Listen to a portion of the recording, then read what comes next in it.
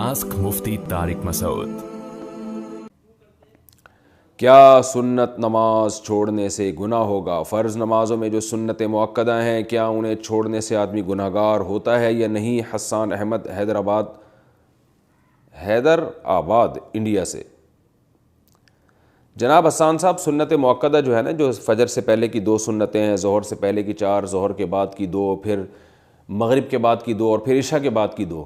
یہ سنت مؤکدہ ہیں۔ حدیث میں اس کی بہت ترغیب ہے کہ آپ صلی اللہ علیہ وسلم نے فرمایا جو ان 12 رکعتوں پر پابندی کرے گا تو اللہ تعالیٰ جنت میں اس کے لیے گھر بنائیں گے، اور آپ صلی اللہ علیہ وسلم نے ہمیشہ یہ نمازیں پڑھی ہیں۔ تو وہ سنت جس پر آپ نے بہت تاکید سے عمل کیا ہو اس کو سنت مؤکدہ کہا جاتا ہے، اور اس سنت مؤکدہ کو حکم یہ ہے کہ وہ فرض واجب تو نہیں ہے۔ کبھی کبھار اگر کوئی چھوڑ دے، بلا عذر بھی کبھی کبھار چھوڑ دے تو کوئی حرج نہیں ہے، کسی عذر سے چھوڑ دے تو بھی کوئی حرج نہیں ہے، لیکن بلا عذر اگر آپ اس کو چھوڑیں گے اور عام طور پر چھوڑنے کا معمول اگر بنا لیں گے تو بہت سے علماء اس کے قائل ہیں کہ آپ پھر گناہ گار ہوں گے، اور اس پر تو سب کا اجماع ہے کہ ایسا شخص قابل ملامت ہے اور قیامت کے دن آپ صلی اللہ علیہ وسلم کی شفاعت سے محروم ہو سکتا ہے، اس کا امکان موجود ہے۔ تو یہ ایسا شخص قابل ملامت ہے، اس کو ملامت کی جائے گی، اس کو برا بلا کہا جائے گا کہ بھئی کیا کر رہے ہو تم۔ اس کی مثال ایسے بہت سے لوگ آج کل نئے نئے فتنے آ رہے ہیں نا، کہتے ہیں سنت مؤکدہ کیا ہوتا ہے، حدیث میں تو کہیں بھی نہیں ہے۔ اس کی مثال ایسے جیسے فجر کی 2 رکعتوں میں دونوں رکعتوں کو لمبا کرنا چاہیے،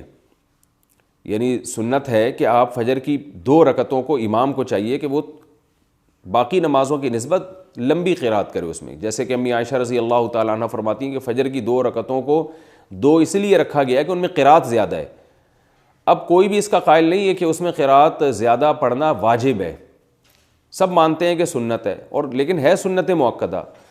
اب جو لوگ سنتوں کو نہیں مانتے نا، کہتے ہیں سنت مؤکدہ کوئی ضروری نہیں ہے، پڑھ لو مرضی نہیں پڑھو، آج کل ایسے فتنے پیدا ہو رہے ہیں، تو ان کو آپ یہ ایک الزامی جواب کے طور پہ یہ کہا کریں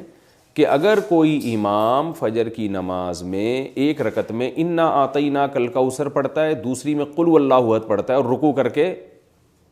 سلام پھیر کے نماز ختم، روزانہ وہ یہی کر رہا ہے، تو کیا آپ اس امام کے اس عمل کو صحیح قرار دیں گے؟ آپ یہ کہیں گے کہ امام صاحب آپ بہت اچھا کر رہے ہیں، فجر کی نماز میں پہلی رکعت میں انا اعطیناک پڑھتے ہیں، دوسری میں قل اللہ پڑھ کے 2-3 منٹ کے اندر فجر کی نماز ختم، تو یقیناً کوئی بھی نہیں کرنے دے گا امام کو۔ کبھی کوئی سفر میں جانا ہے، کہیں جلدی ہے یا سفر میں ہے تو ٹھیک ہے، لیکن عام نارمل روٹین میں آپ امام کو ایسا نہیں کرنے دیں گے۔ کیوں؟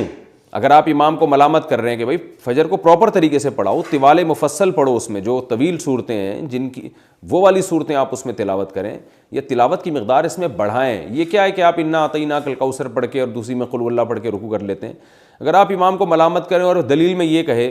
کہ سنت مؤکدہ کچھ نہیں ہوتا، تم کہیں سے دکھا دو کہ فجر میں لمبی قرات کرنا فرض واجب ہے تو میں کروں گا، جب فرض واجب نہیں ہے تو میں نہیں کروں گا، تو آپ کہیں گے بھائی فرض واجب تو نہیں ہے، اس لیے کہ فرض واجب ہوتا تو نماز ہی نہ ہوتی، یا سجدہ سہو واجب ہو جاتا، تو نماز تو ہو رہی ہے آپ کی، لیکن جو پراپر طریقہ ہے نبی صلی اللہ علیہ وسلم کا نماز پڑھنے کا فجر کی، وہ یہ نہیں ہے۔ جو پراپر طریقہ آپ نے بتایا ہے اور صحابہ تابعین اس پر عمل کرتے آئے ہیں وہ یہ ہے کہ فجر میں لمبی قرات ہوگی۔ تو اسی طرح یاد رکھیں کہ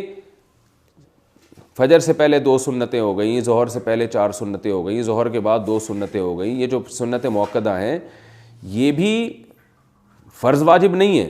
لیکن نبی ان کو اگر آپ مسلسل چھوڑنا شروع کر دیں تو یہ کہا جائے گا بھائی نبی صلی اللہ علیہ وسلم کا یہ پراپر طریقہ نہیں ہے۔ آپ فجر کی 2 فرض جب بھی پڑھتے تھے اس سے پہلے 2 سنتیں لازمی پڑھتے تھے،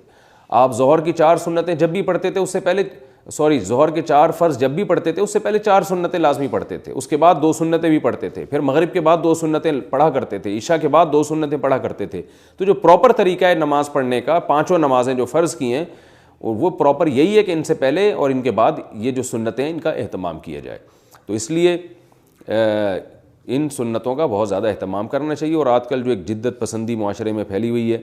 کہ سنت مؤکدہ کا بالکل ہی لوگوں نے انکار کرنا شروع کر دیا ہے، بس فرض پڑھو اور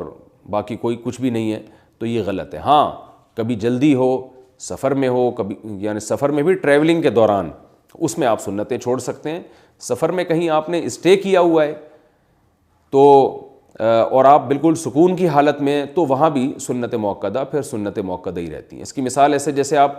کہیں سفر کے لیے جا رہے ہیں نا، تو راستے میں انسان کو جلدی ہوتی ہے، افراتفری ہوتی ہے، تو وہاں سنت مؤکدہ نہیں پڑھنی چاہیے، چھوڑ دینی چاہیے۔ لیکن کہیں آپ پہنچ گئے, آپ نے کا اسٹے ہے وہاں, آرام سے آپ نے ایک ہفتہ گزارنا ہے, تو آپ سکون کی حالت میں ہیں, تو پھر سنت موقدہ وہاں پر